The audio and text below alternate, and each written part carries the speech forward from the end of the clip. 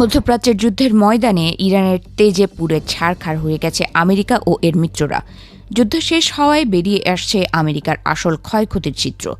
যুদ্ধে ইরানের অভ্যন্তরে ব্যাপক অবকাঠামোগত ক্ষয়ক্ষতি হলেও তেহরানের পাল্টা আগ্রাসনে মার্কিন সামরিক বাহিনীও নজিরবিহীন ক্ষয়ক্ষতির মুখে পড়েছে। আন্তর্জাতিক সংবাদ মাধ্যম বিবিসির এক বিশেষ প্রতিবেদন অনুযায়ী যুদ্ধ শুরুর পর থেকে এ পর্যন্ত মধ্যপ্রাচ্যের বিভিন্ন দেশে অবস্থিত অন্তত ২০টি মার্কিন সামরিক ঘাঁটিতে সফলভাবে আঘাত এনেছে ইরান। স্যাটেলাইট চিত্র এবং বিভিন্ন ভিডিওর চুলচেরা বিশ্লেষণ করে বিবিসি জানিয়েছে, মধ্যপ্রাচ্যে মার্কিন সামরিক বাহিনী ক্ষয়ক্ষতির যে চিত্র পেন্টাগন প্রকাশ করেছে, প্রকৃত ক্ষতি তার চেয়েও অনেক বেশি। ইরানের এই নিখুঁত কাউন্টার অ্যাটাকের মূল লক্ষ্য ছিল মধ্যপ্রাচ্যের মার্কিন ঘাঁটি এবং বিভিন্ন মিত্র দেশের সঙ্গে যৌথভাবে ব্যবহৃত সামরিক স্থাপনা। তেহরানের এই সুনির্দিষ্ট ও নির্ভুল ক্ষেপণাস্ত্র হামলায় আমেরিকার বেশ কয়েকটি সর্বাধুনিক আকাশ প্রতিরক্ষা ব্যবস্থা, দূরপাল্লার রাডার সিস্টেম এবং মাঝ আকাশে যুদ্ধ বিমানে জ্বালানি সরবরাহের জন্য নিয়োজিত রিফুয়েলিং এয়ারক্রাফট সম্পূর্ণ কিংবা আংশিক ধ্বংস হয়ে গেছে। প্রতিবেদনে মধ্যপ্রাচ্যের ৮টি দেশ যেমন সৌদি আরব, সংযুক্ত আরব আমিরাত, কাতার, কুয়েত, ইরাক, জর্ডান, বাহরাইন এবং ওমানে অবস্থিত মার্কিন সামরিক সাইটগুলোতে বড় ধরনের হামলার কথা বলা হয়েছে। কোনো কোনো সামরিক বিশ্লেষকের মতে ইরান প্রকৃতপক্ষে ২৮টি মার্কিন ঘাঁটিতে সফল আঘাত হেনেছে।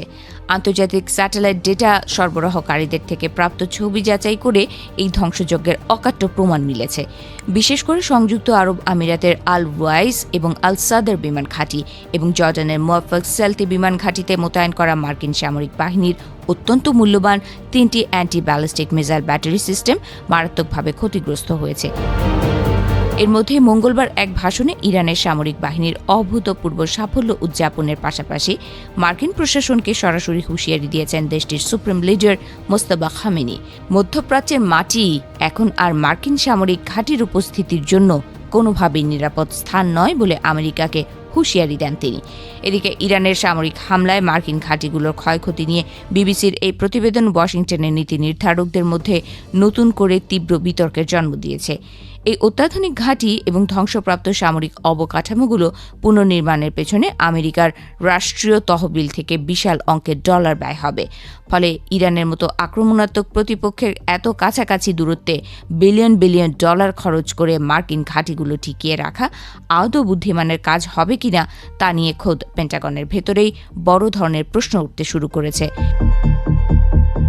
প্রতিরক্ষা বিশেষজ্ঞের মতে মধ্যপ্রাচ্যে ছড়িয়ে থাকা মার্কিন ঘাঁটিগুলো দীর্ঘদিন ধরেই ইরানের ক্ষেপণাস্ত্রের পাল্লার মধ্যে রয়েছে।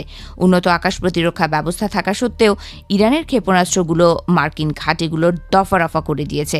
ফলে ভবিষ্যতে যুক্তরাষ্ট্রকে ঘাঁটিগুলোর নিরাপত্তা কৌশল, প্রতিরক্ষা ব্যবস্থা এবং বাহিনীর অবস্থান পুনর্বিবেচনা করতে হতে পারে।